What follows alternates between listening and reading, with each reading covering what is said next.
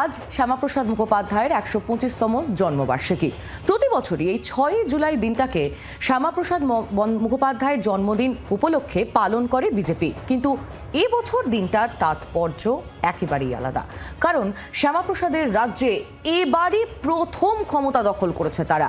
সেই প্রেক্ষিতে সেই বিষয়ের কথা মাথায় রেখেই সোমবার বিজেপির প্রাণ পুরুষ শ্যামাপ্রসাদ মুখোপাধ্যায়ের জন্মদিন উদযাপন করতে কলকাতায় উড়ে আসছেন কেন্দ্রীয় স্বরাষ্ট্রমন্ত্রী অমিত শাহ। এদিন এক গুচ্ছ কর্মসূচি রয়েছে তার। এই প্রথম ৬ জুলাই রাজ্য সরকারের তরফে ছুটিও ঘোষণা করা হয়েছে। সোমবার বিকেল ৪টে নাগাদ নিউ টাউনে ইকো পার্কে যাওয়ার কথা রয়েছে অমিত শাহ।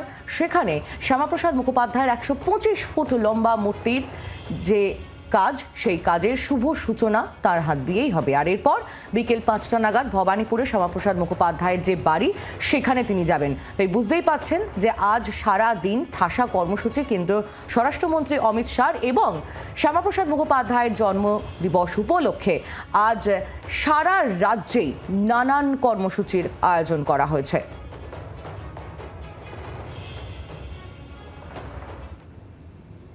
প্রধানমন্ত্রী নরেন্দ্র মোদী তিনিও আজ এই বিশেষ দিনে একটি এক্স হ্যান্ডেল পোস্ট করেছেন। তার পাশাপাশি কেন্দ্রীয় স্বরাষ্ট্রমন্ত্রী অমিত শাহ তিনিও পোস্ট করেছেন এবং রাজ্যের মুখ্যমন্ত্রী শুভেন্দু অধিকারী তার পোস্টও তুলে ধরবো আপনাদের সামনে। পরপর সেই পোস্টগুলো তুলে ধরবো। দেখতে পাচ্ছেন এই মুহূর্তে আপনারা প্রধানমন্ত্রী নরেন্দ্র মোদী তার পোস্ট।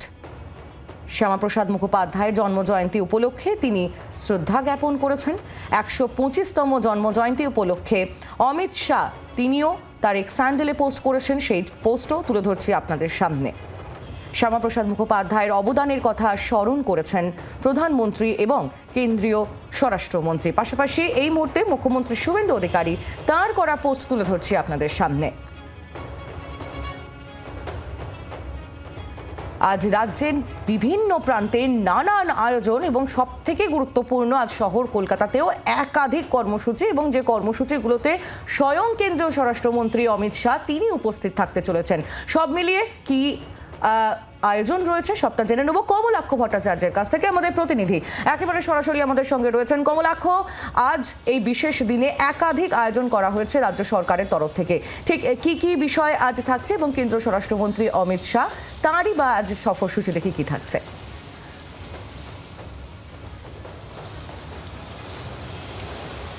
আহিলি, দেখো, বাংলায় এই পশ্চিমবঙ্গ এবং বাঙালির যে অস্তিত্ব, সেই অস্তিত্ব রক্ষায় শ্যামাপ্রসাদ মুখার্জির অবদান, সেই অবদানকে একেবারে স্মরণীয় করে রাখতে শ্যামাপ্রসাদ মুখোপাধ্যায়ের ১২৫তম জন্মজয়ন্তী উপলক্ষে একেবারে বাংলা জুড়ে সাড়ম্বরে তার উদযাপন। আজকে কেন্দ্রীয় স্বরাষ্ট্রমন্ত্রী আসছেন। আজকে সকাল ৯:৩০ থেকে কিন্তু বিভিন্ন কর্মসূচি বঙ্গ বিজেপির তরফ থেকে নেওয়া হচ্ছে। আজকে মুরলীধর সেন লেনে সকাল ৯:৩০টায় শ্যামাপ্রসাদ মুখার্জির আবক্ষ যে মূর্তি রয়েছে, সেই মূর্তিতে মাল্যদান করবেন শ্রমিক ভট্টাচার্য, বিজেপির সভাপতি, এবং তার সঙ্গে সঙ্গে আজকে বিকেল থেকে কিন্তু কেন্দ্রীয় স্বরাষ্ট্রমন্ত্রী তিনি শহরে চলে আসছেন।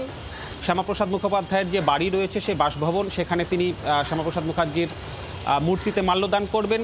ইকো পার্কে ১২৫ ফুট উঁচু শ্যামাপ্রসাদ মুখার্জির যে মূর্তি তৈরি হবে আগামী দিনে, তার ভিত্তিপ্রস্তর স্থাপন, সেই অনুষ্ঠানে থাকবেন কেন্দ্রীয় স্বরাষ্ট্রমন্ত্রী। এবং মিলন মেলা বা বিশ্ব বাংলা যে মেলা প্রাঙ্গণ, সেই মেলা প্রাঙ্গণে কিন্তু একেবারে বর্ণাঢ্য অনুষ্ঠান। সেখানে ৫৭ জন বিশিষ্ট শিল্পীদের সমন্বয়ে বন্দে মাতরম সঙ্গীত থেকে শুরু করে শ্যামাপ্রসাদ মুখার্জির দুষ্প্রাপ্য আলোকচিত্র, তার চিন্তা দর্শন, সমস্ত কিছু ভিডিও প্রেজেন্টেশনের মাধ্যমে তুলে ধরা হবে। সেখানে কেন্দ্রীয় স্বরাষ্ট্রমন্ত্রী সহ কেন্দ্রীয় তথ্য সংস্কৃতি মন্ত্রী গজেন্দ্র সিং শেখাওয়াত, বঙ্গ বিজেপির সমস্ত নেতৃত্ব এবং বিশিষ্ট মানুষজন সেখানে উপস্থিত থাকবেন।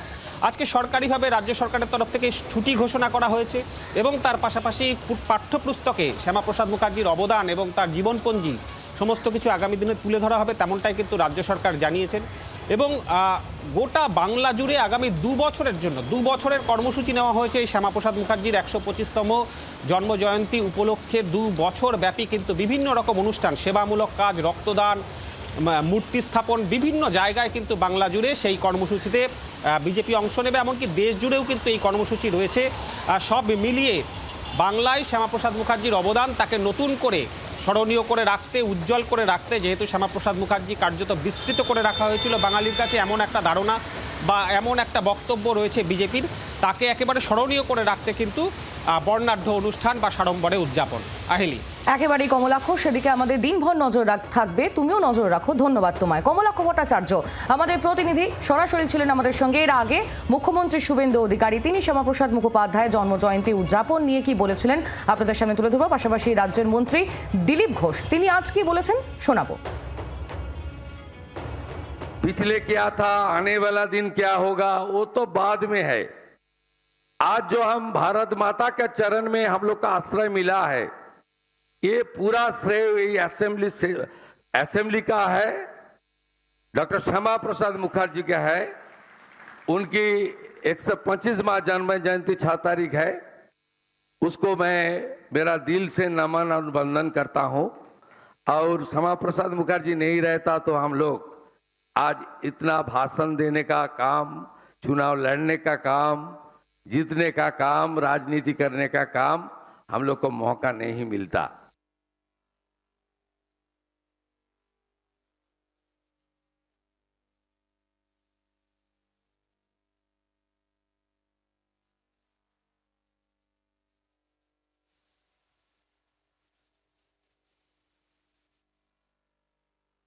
শ্যামাপ্রসাদ মুখোপাধ্যায়ের চিন্তা ভাবনা নিয়ে বিভিন্ন রাজনৈতিক দল এবং ভারতবর্ষের যারা সরকার চালিয়েছিলেন বা পশ্চিমবাংলায় যারা সরকার চালিয়েছিলেন, এটা সকলেই জানি। শুধু শ্যামাপ্রসাদ মুখোপাধ্যায়ই নন, বিভিন্ন ঘটনা এবং বিভিন্ন মানুষকে ভুলিয়ে রাখার, ভুলিয়ে দেওয়ারই ইতিহাস রচনা হয়েছিল। এবং যে অবহেলা এবং অনাদর তাদের প্রতি হয়েছিল, তার জন্য নিশ্চয়ই কিছু রাজনৈতিক দল তো দায়ী বটেই, কিছু সরকার তো দায়ী বটেই, সে রাজ্যের হোক আর কেন্দ্রের হোক। বাংলার আওয়াজ, বাঙালির আবেগ, জি 24 ঘন্টা।